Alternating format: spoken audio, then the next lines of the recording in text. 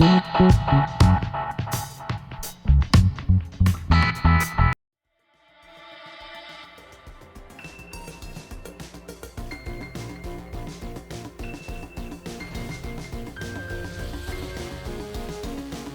채널 가장 많이 본 뉴스 구독, 좋아요, 알림 설정, 댓글은 저에게 큰 힘이 된다.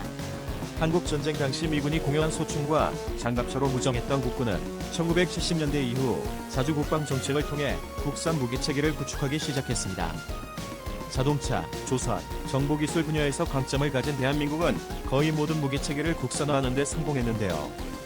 90년대부터는 무기 수출에도 적극적으로 나서 현재는 세계 10대 무기 수출국으로 급성장했습니다.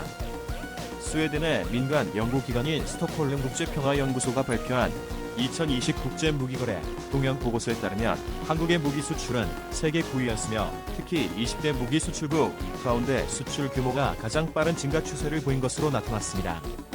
2015에서 2020년 5년간 한국의 무기 수출 규모는 이전 5년 대비 210% 급증했으며 이 기간 전 세계 무기 수출 점유율도 0.9%에서 2.7%로 증가한 것인데요.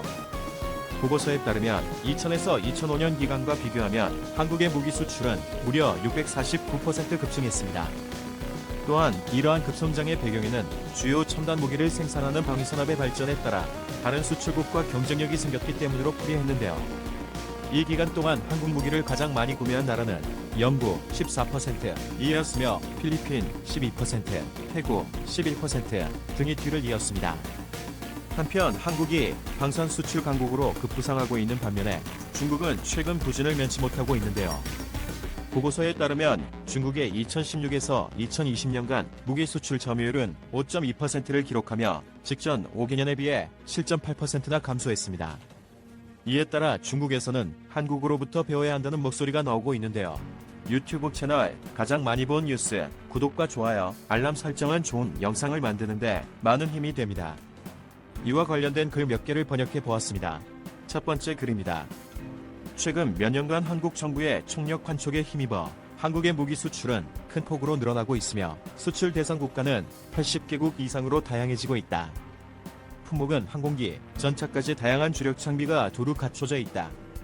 한국의 방위 산업은 발전 목표가 명확하고 투자 강도가 높다. 한국은 군사 산업에 막대한 투자를 해왔고 최근 10년 동안 매년 예산을 10%씩 늘리고 있다. 한국 정부의 수출향적 경제 전략과 마찬가지로 한국의 군사 산업은 빠르게 성장했으며 국제 무기 시장에서 중국의 강력한 경쟁자가 됐다. 한국의 군사 산업은 인재와 기술 도입에 주목하고 있다. 한국은 군사과학기술 인재 양성을 매우 중시하고 서구 주요 국가들의 방산 기업들과 협력 관계를 맺고 있으며 이것이 한국 군사산업 발전의 토대를 마련했다. 무기 발전에 있어서 한국은 유리한 국제 환경에 힘입어 해외 무기들을 흡수하고 있으며 서방 국가들과 잘 협력하고 있다.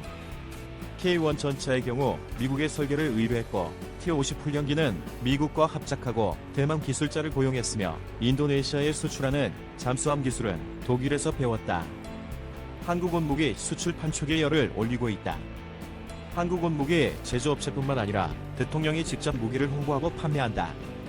또한 일부 국가에서는 한류의 인기를 활용해 배우나 아이돌을 내세우기도 한다.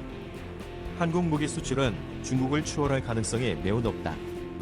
한국의 무기 수출은 중국의 전통적인 무기 수출 시장과 겹치는 동남아시아, 중동, 중남미, 아프리카에 집중돼 있기 때문에 양국 간의 경쟁은 불가피하다.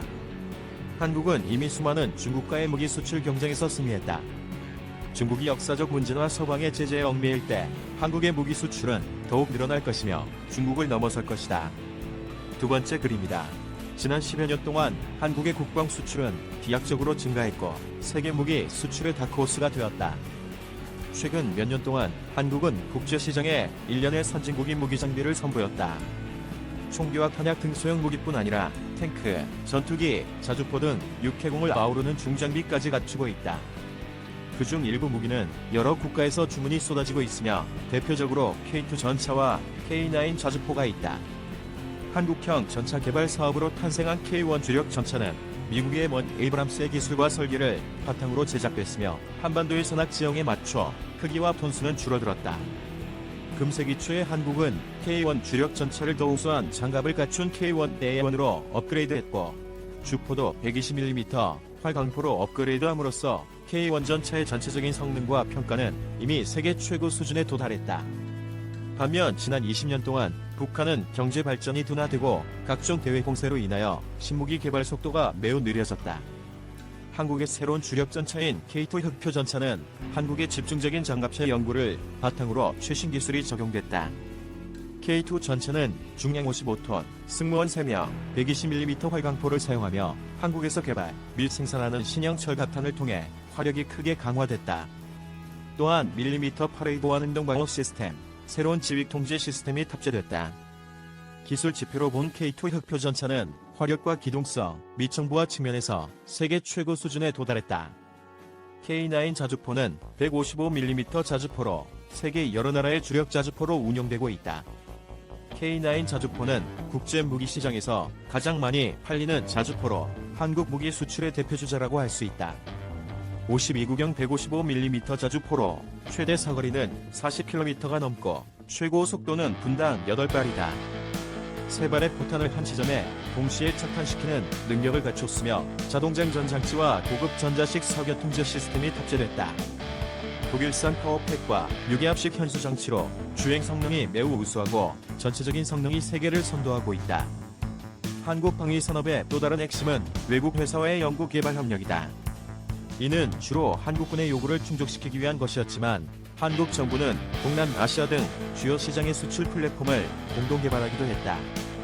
또한 한국은 새로운 무기와 장비를 적극적으로 개발 및 개선하고 있으며 해성대한 미사일, 홍상호 어뢰, 중소형 무인기, 항공미사일 시스템, 강습 상륙함, 각종 군함 같은 무기들은 수출 잠재력도 우수하다. 한국의 방위 산업에서 이러한 실적을 내고 있는 것은 정말 인정받을 만하다. 방산 수출 랭킹을 보면 한국과 중국 사이에는 여전히 격차가 있지만 사실 이런 순위라는 것은 현실과 다른 점이 많고 아무런 의미가 없다. 한국은 거의 모든 종류의 무기를 생산할 수 있고 성능도 우수하며 가격 경쟁력까지 갖추고 있다. 세 번째 그림이다. 한국은 훈련기, 탱크, 자주포, 재래식 잠수함, 중소형 함정 등을 수출하고 있다. 특히 한국의 주력 제품들은 이미 여러 차례 중국과의 수주전에서 승리하고 있고 중저가 시장에서는 상당한 경쟁력을 갖추고 있다. 한국은 1970년대 공업 기반을 닦으며 아시아 네 마리 용 중 하나가 됐고 세계적인 기업들이 대거 쏟아져 나왔다. 삼성, LG, 현대 등은 한국의 GDP 성장에 상당 부분 기여하고 있으며 이 나라 곳곳에 많은 영향을 미치고 있다. 한국은 정보기술, 자동차, 조선 등의 분야에서 세계 선진 수준에 도달했고 중국보다 훨씬 앞서 있다. 한국의 현대자동차와 삼성 스마트폰, 현대중공업의 선박, LG가전 등 세계적으로 유명한 제품들이 1990년대부터 맹렬한 기세로 중국 시장에 진출했다. 당시 중국의 국영 브랜드들은 대항할 수준이 되지 못했고 그들을 모방하는 데 그칠 뿐이었다. 2002년에 이르러서야 중국은 세계무역기구에 가입하고 글로벌 무역시장에 진출했고 산업 역량과 브랜드 파워도 점차 커지고 있다. 따라서 중국은 경제발전 과정에서 어느 정도 한국과 일본을 롤모델로 삼고 있다. 무기라는 주제로 돌아가서 한국 제품은 여전히 상당한 강점을 가지고 있다. 군용 장비 분야는 기본적으로 국가가 독점하고 시장 경쟁이 충분하지 않기 때문에 중국의 군수품은 세계 시장에서 경쟁력이 없다. 무기와 장비는 국방 안보와 관련되어 있어 많은 비용을 감수하더라도 국내 개발 및 생산하는 경우가 많다. 그러나 중국의 폐쇄적인 시스템과 환경은 경쟁에서 매우 불리하고 이러한 제도와 환경에서 생산된 제품은 경쟁자의 제품에 비해 충분히 매력적이지 못하다. 중국 무기는 원가가 매우 높고 자체 생산이 어려운 부품들은 우크라이나로부터 수입해야 한다. 중국의 무기 수출은 현재 대국으로서는 위상과 걸맞지 않으며 아직 발전하는 단계라고 할 수 있다. 시청해주셔서 감사합니다. 이 동영상은 유튜브 채널 가장 많이 본 뉴스에서 제작하여 게시한다. 구독과 좋아요, 알람 설정은 좋은 영상을 만드는데 많은 힘이 됩니다.